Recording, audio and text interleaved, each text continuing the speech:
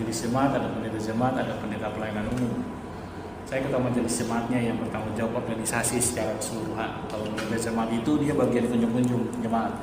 Dia tidak bertanggung jawab terkait dengan organisasi, ini harus begini, ini aturannya, ini enggak. Ada orang sakit, orang meninggal, orang melahirkan, itu lebih urusannya dia. Gitu. Tapi kalau saya termasuk ngurusin itu juga, gitu ya, ngurusin itu juga, ngatur pegawai semua. Gitu ya. Ini sekretaris kami, sekretaris pelaksana harian majelis jemaat. Dan ini kita, kemudian di GPIB itu selain ada ketua majelis jemaat, ada ketua 1, ketua 2, ketua 3.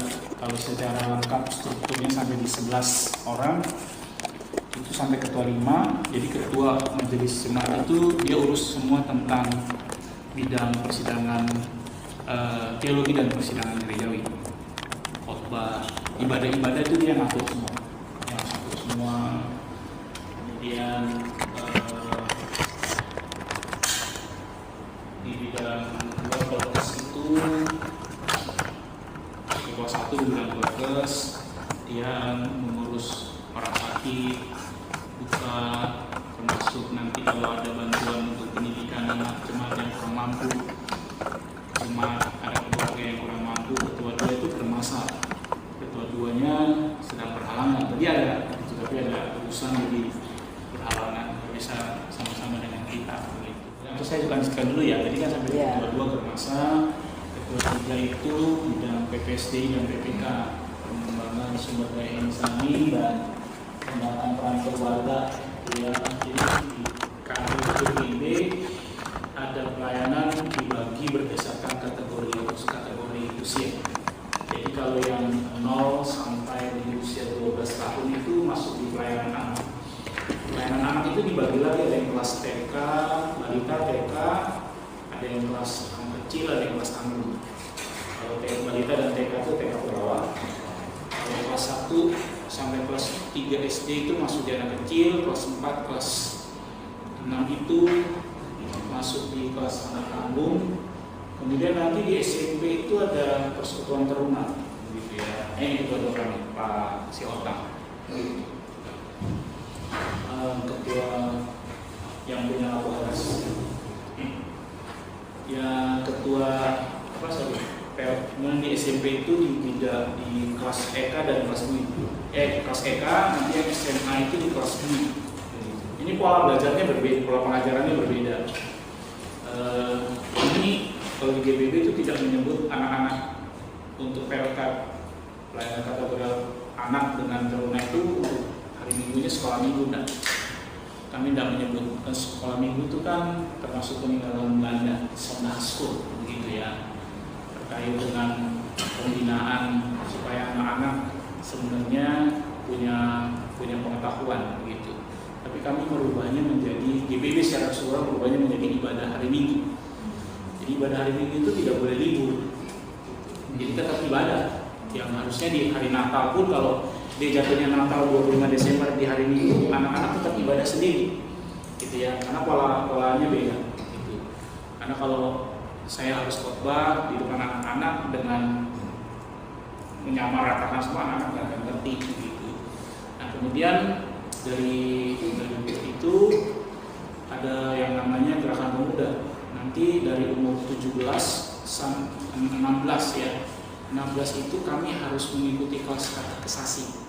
Gitu kalau di ya, istilahnya kami anak katekumen, belajar sekitar 40 materi itu untuk tentang kekristenan begitu ya. Tentang kekristenan selama 40 hari dan beberapa materi ajar itu nanti ada evaluasinya begitu selama 1 tahun, biasanya itu 1 tahun. Kemudian nanti baru mereka bisa masuk ke pemuda, gerakan pemuda usia 18 sampai dengan 35. Catatannya kalau dia tidak menikah, batasnya sampai di 35. Tapi kalau dia umur 21 dia menikah, maka kalau dia laki-laki dia masuk ke persekutuan kaum bapak. Kemudian kalau dia perempuan berarti dia masuk ke persekutuan kaum perempuan. Nanti sampai di 60 plus 1 hari dia masuk di lansia, lanjut usia, gitu ya. Warnanya beda-beda. Kalau untuk anak-anak ini warnanya hijau muda, Tosca. Ini kuning muda, kemudian ini biru. Kemudian kalau PKP itu ungu. Perempuan, kalau kaum bapak itu abu-abu. Kalau kaum lansianya itu orange. Itu bidangnya PPSD dan PPK, termasuk pembinaan. Kemudian bidang yang kelima pembangunan ekonomi gereja. Pembangunan ekonomi gereja itu bicaranya adalah soal gimana gereja caranya dapat uang selain dari persembahan atau zakat yang dikumpulkan setiap ibadah. Kami sewa lapak di belakang. Ada sekarang tinggal 2, jadi sebenarnya bisa 6 sampai 7 di belakang, gitu ya. Dengan biaya sewanya menyesuaikan. Gitu. Kemudian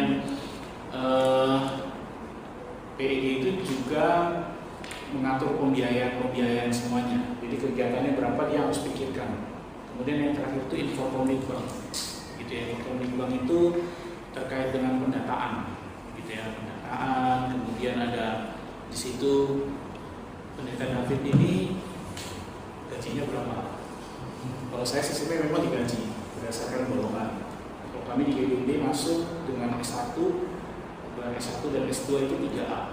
Kecuali kalau masuk dengan gelar S3 itu langsung 3B. Begitu. Setiap 5 tahun sekali sesuai dengan aturan kami yang baru di Ketok tahun 2021 per 5 tahun naik golongan. Dan itu harus mengajukan naik golongan. Ada penilaian yang harus diberikan. Nah, di GBB kemudian setelah Infokomdikbang itu berapa? Kami punya kendaraan sepeda motor. Sepeda motor itu berapa biaya perbaikannya? Nah, data jemaat itu yang juga harus dilihat. Kita GBB Gamaliel Madiun berapa sih jumlah katanya? 185 ya, lebih kurang 185 begitu. Kami punya 4 sektor pelayanan dan 1 pos pelayanan di Ngawi. Kalau sektor 1 kami itu kalau ditarik dari timur itu dari Pasar Kojo ya, Pasar Kojo hari sampai di lampu merah Klegen, lalu ke selatan, lalu masuk di Jalan Salak.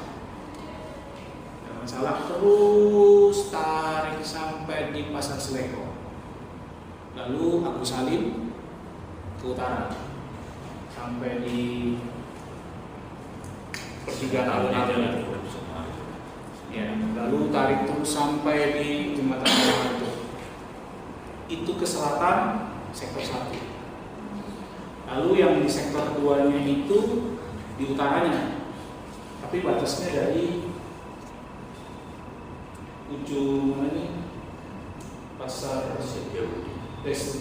bukan Selamat Riyadi.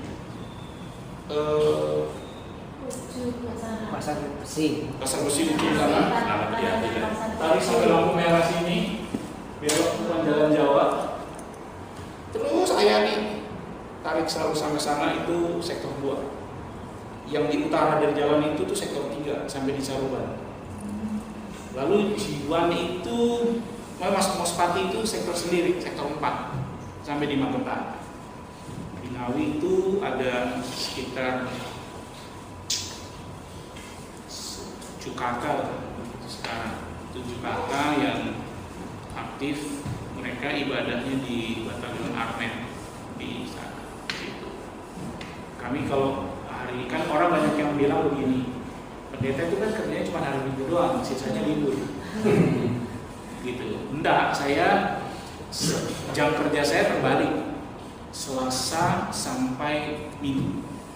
Jadi Minggu itu hitungnya hari kerja, gitu, hari kerja, gitu. Ya karena ibadah ya, gitu. Nanti hari Senin baru libur.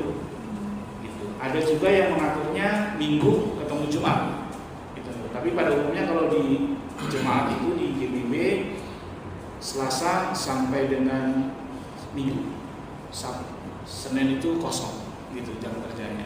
Ada pegawai yang mengurus administrasi, gitu.